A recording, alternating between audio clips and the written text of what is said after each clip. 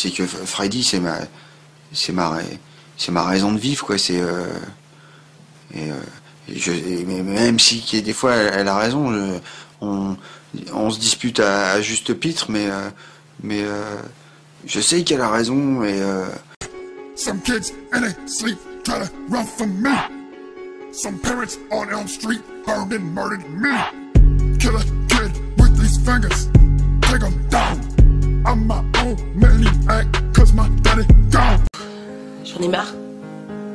J'en ai vraiment marre. Je sais pas, Fredo, il aime Freddy. C'est tout.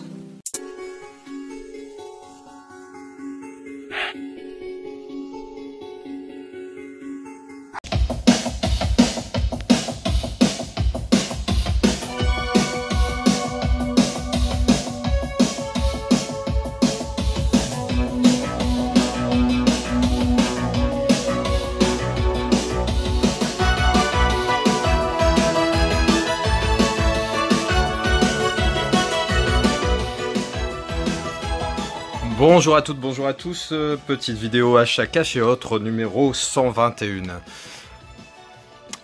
C'est une musique qui donne la pêche quand même, on peut pas dire.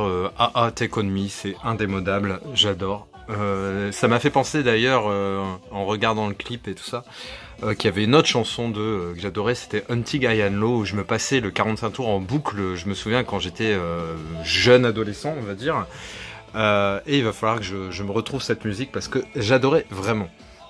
Donc comme vous avez pu voir dans ma petite présentation, j'espère déjà dans un premier temps, j'espère que vous avez aimé mon générique, hein, cet hommage à Freddy. J'ai fait un petit montage que j'ai trouvé assez rigolo. Je dirais même que je rigolais un petit peu tout seul. Et donc voilà, c'est un petit aparté. Et je voulais vous montrer ce superbe zip, hein, donc de La Belle et la Bête. Je la trouve vraiment super belle avec son petit coin cassé, hein, comme dans le Disney. Je suis ravi d'avoir trouvé ça. Je vais pouvoir le mettre effectivement sur l'étagère Disney à côté du steelbook de La Belle et la Bête. Très content. Un petit côté gonzesse, assumé. Ensuite, dans les goodies, il y a un deuxième truc que je voulais vous montrer. Eh ben, c'est le camping-car, pardon. Donc le Winnebago Chieftain, hein, de 1973, très très bonne année. Je l'ai trouvé, j'ai pas résisté une seule seconde, je le trouve carrément génial. Je suis un peu dans les véhicules, hein, en ce moment, parce que c'est vrai que j'ai acheté les deux DeLorean et puis j'ai craqué là-dessus.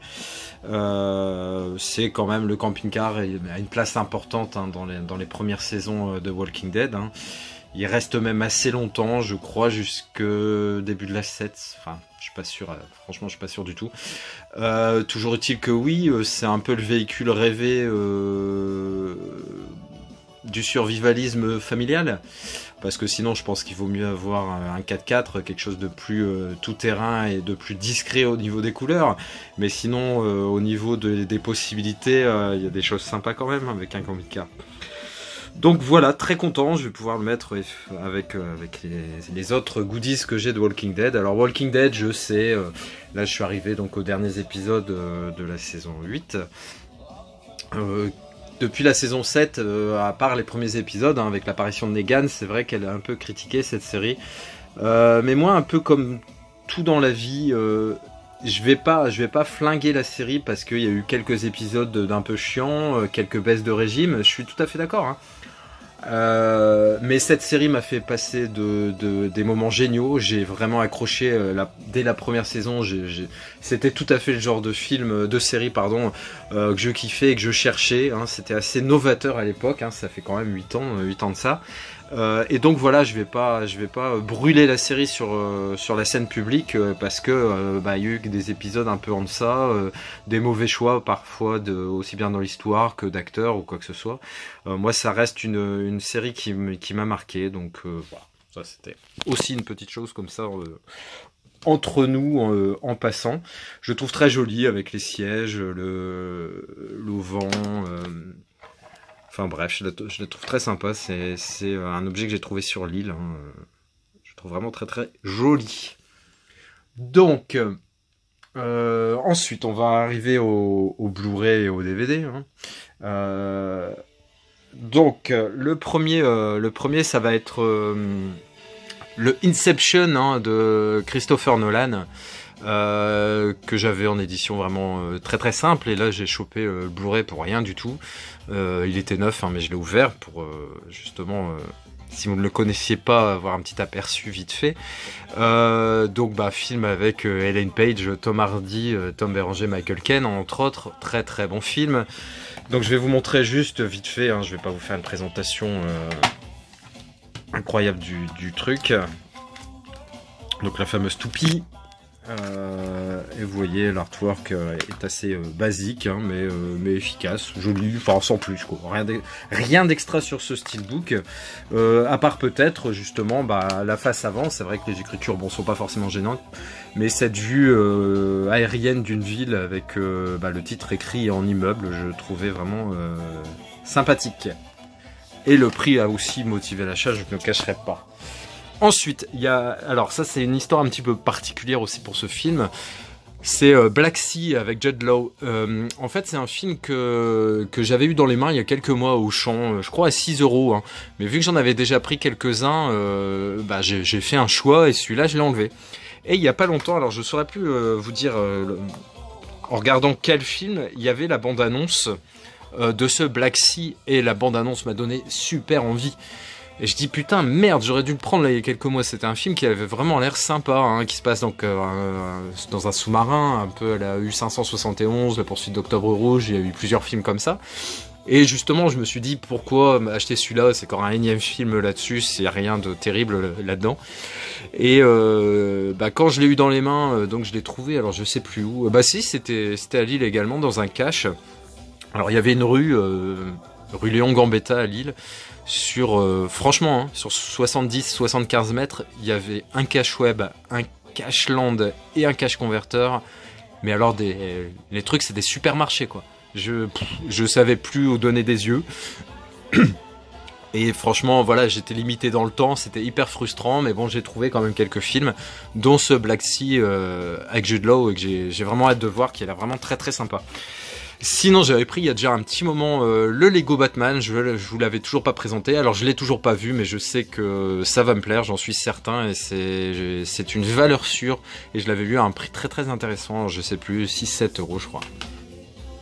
Alors là par contre c'est tout récent, hein, je vous présente des trucs que j'ai achetés il y a quelques semaines, voire mois, et des trucs que j'ai achetés hier. En l'occurrence, ça c'est un truc d'hier, hein. C'est le cimetière basé sur Stephen King. Hein. J'adore le 2. Hein. Il y a beaucoup de gens qui aiment beaucoup le 1 et un peu moins le 2. Moi j'adore le 2, j'adore la musique du 2. J'adore le fait qu'il soit avec Edward Furlong. Celui-là justement, contrairement à beaucoup, c'est celui où j'ai moins de souvenirs et je m'en souviens plus trop. Donc j'étais super content de le trouver. En plus il y a plusieurs éditions et c'est celle-là que je trouve dont je trouve le visuel et l'affiche les plus sympas. Donc très très content d'avoir trouvé ce cimetière qui était au départ à 3,90. Je trouvais ça un peu cher et puis j'ai pas fait ma causette, hein, loin de là. Mais je dis 3,90, je le prends pas. J'en avais sélectionné plusieurs. Et puis elle me dit oui, après 3,90 ça peut se transformer en 1,90. Et puis voilà, franchement ils sont très très sympas. Ensuite, un film, je sais pas si vous, certainement, forcément même, parmi vous, certains connaissent ce film hein, avec Hugh Jackman et j'adore Rachel Weisz, je l'adore. Avec Hugh Jackman, The Fountain. Je connais pas ce film, j'avais jamais entendu parler, jamais entendu le titre, jamais vu quelqu'un en parler, complètement passé à côté. Alors je sais pas ce qu'il vaut. En plus c'est une très belle édition, très très jolie, avec du relief, de la dorure, ça fait hyper luxueux. Donc Tommy et Easy sont amoureux, terriblement amoureux. Face à une fin inéluctable, Thomas se bat contre la maladie d'Easy. Elle commence alors l'écriture d'un livre, une épopée sur la quête de l'immortalité. Révélé par P. Requiem for a Dream, Darren Aronofsky signe avec The Fountain un nouveau chef-d'œuvre épique et bouleversant emmené par le duo Jackman et Rachel Weisz. Écoutez, franchement n'hésitez pas à commenter parce que je sais rien du tout de ce film. Alors, j'avais déjà ce film, mais quand j'ai trouvé cette édition de Cusco, alors pareil, là on est encore dans le bling bling, hein, dans le doré de partout. Donc une édition collector de DVD très très jolie. J'ai pas pu résister, et surtout que il venait d'arriver au cash et il était à 3 €. Alors des fois on comprend pas toujours parce que ils font comment dire. Des fois des Disney pas forcément en bon état, des trucs pas terribles, ils les font à 5 ou 6,90 €. Et puis là, une superbe édition comme ça, beaucoup moins cher. Voilà, faut pas chercher. Le truc en plus est complètement neuf. Je pense que les DVD ont jamais été mis dans un appareil, franchement. Enfin bref, tant mieux. Franchement, tant mieux. Sinon, South Park. Alors, je suis pas un fan inconditionnel de la série. Mais je m'étais dit, un peu comme les Simpsons, hein, où j'ai vu pas mal de saisons, j'ai vu la première saison, j'ai connu les débuts des Simpsons à Canal+, hein, et je suis tombé complètement raide dingue. Et puis au fur et à mesure des années, j'ai lâché, je saurais pas vous dire pourquoi, mais bon. Toujours est-il que j'ai quelques saisons en DVD, et j'ai le film forcément des Simpsons que j'ai revu il y a pas longtemps avec mes enfants, qui est vraiment sympa. Et je me suis dit, le jour où je trouverai le film de South Park, eh ben je le prendrai. Et là c'est chose faite, je l'ai trouvé pour une fois justement dans un état impeccable. En ce moment d'ailleurs, les gens, je sais pas si ils ont besoin d'argent, je sais pas quoi, mais il y a beaucoup de collectionneurs ou de gens qui avaient du goût ou des soins de leurs affaires qui vendent ça en cash pour une misère. Et ben forcément quand on passe derrière c'est super intéressant, parce que là ça doit être un boîtier clic-clac, ben vous voyez il y a absolument rien, aucun morceau d'étiquette qui se barre ou quoi que ce soit, franchement très très bien. Et donc voilà, une satire de l'Amérique et aussi du Canada, hein, dans ce film apparemment. Donc ouais, je me materai ça avec beaucoup de plaisir. Ensuite, ça c'était un film que ma compagne voulait, mais moi je suis aussi très sensible à ce genre d'histoire d'amour, très jolie, les histoires un peu compliquées, un peu comme Nos étoiles contraires, etc. Et là je pense que c'est un peu le même pitch, à savoir que la gonzesse doit être malade et a une maladie qui ne lui permet pas de sortir de chez elle, et elle est amoureuse de ce jeune homme, hein, qui est Nick Robinson. Et puis voilà, je sais pas trop ce qui se passe. Ma compagne l'a regardé, elle m'a dit que c'était vraiment très très bien, mais moi je l'ai pas vu. Ensuite on va être sur des films avec des belles blondes, on va dire plus des années 80, donc c'est des blondes qui sont encore jolies mais qui ne sont plus au top de leur beauté. Alors les deux blondes en question, c'est Michelle Pfeiffer et Sharon Stone. Donc Michelle Pfeiffer, esprit rebelle, Wolf, etc. Et donc là c'est un film avec Jeff Goldblum également, que j'aime beaucoup, de La Mouche, hein. Donc c'est Série noire pour une nuit blanche. L'histoire, alors, quand deux inconnus se retrouvent mêlés malgré eux à une intrigue internationale au cœur d'une nuit à Los Angeles, tout peut arriver. Et c'est le cas dans ce polar réalisé par John Landis. Jeff Goldblum est insomniaque, sa femme le trompe et son travail l'ennuie. Waouh, c'est pas terrible, hein. Rien d'excitant en perspective jusqu'au jour où une mystérieuse jeune femme blonde, prénommée Diana, Michelle Pfeiffer, atterrit sur le capot de sa voiture. Je ne ferai aucun commentaire graveleux. Alors, ensuite, avec la belle Sharon Stone, j'ai pris Year of the Gun. Donc, au cœur de l'Europe, la plus redoutable des entreprises terroristes. Alors, je crois que c'est dans les pays de l'Est, mais je suis pas sûr du tout. Ah non, à Rome, vous voyez, waouh, rien à voir. Donc, c'est sur les Brigades Rouges en Italie. Ouais, d'accord, c'est ça, à Rome. Donc, je pense qu'elle a un petit rôle style de reporter, voilà, c'est ça. Donc, ça m'a l'air très très sympa, Year of the Gun. Ensuite, toujours donc encore deux films avec Sharon Stone, hein, où elle partage l'affiche avec Dustin Hoffman et Samuel L. Jackson. C'est le film assez réputé de science-fiction à l'époque. Ça avait fait un beau carton se faire. Donc un mystérieux vaisseau spatial englouti au fond de l'océan depuis 300 ans et dont on ignore l'origine. Une équipe de scientifiques américains est formée pour plonger et l'étudier. C'est un peu le Abyss, le Alien, tout ce que vous voulez, où a joué Sharon Stone. Et le dernier film, donc il y a eu Basic Instinct, hein, qui a quand même fait décoller la carrière de Sharon Stone. Film sulfureux, hein, qui avait déclenché tellement de commentaires à l'époque, ils en parlaient partout, même au journal de 20h. Et cette fameuse scène où elle décroise les jambes, culotte, pas culotte, un truc de ouf. C'est là qu'on voit qu'on était quand même assez puritain parce que franchement, en y repensant, il n'y a rien d'incroyable. À part que Sharon Stone n'est pas une vraie blonde. Sliver, alors ça a un peu surfé sur la vague, on va dire, hein, avec William Baldwin et Tom Berenger. Moi j'ai de bons souvenirs, je l'avais en VHS, histoire de mecs qui installent des caméras un peu partout d'un immeuble qu'ils possèdent, et puis puis voilà quoi.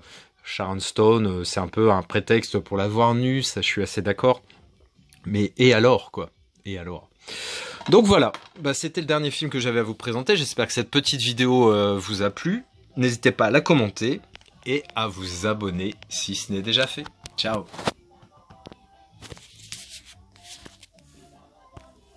Je suis pas venue ici pour souffrir, ok?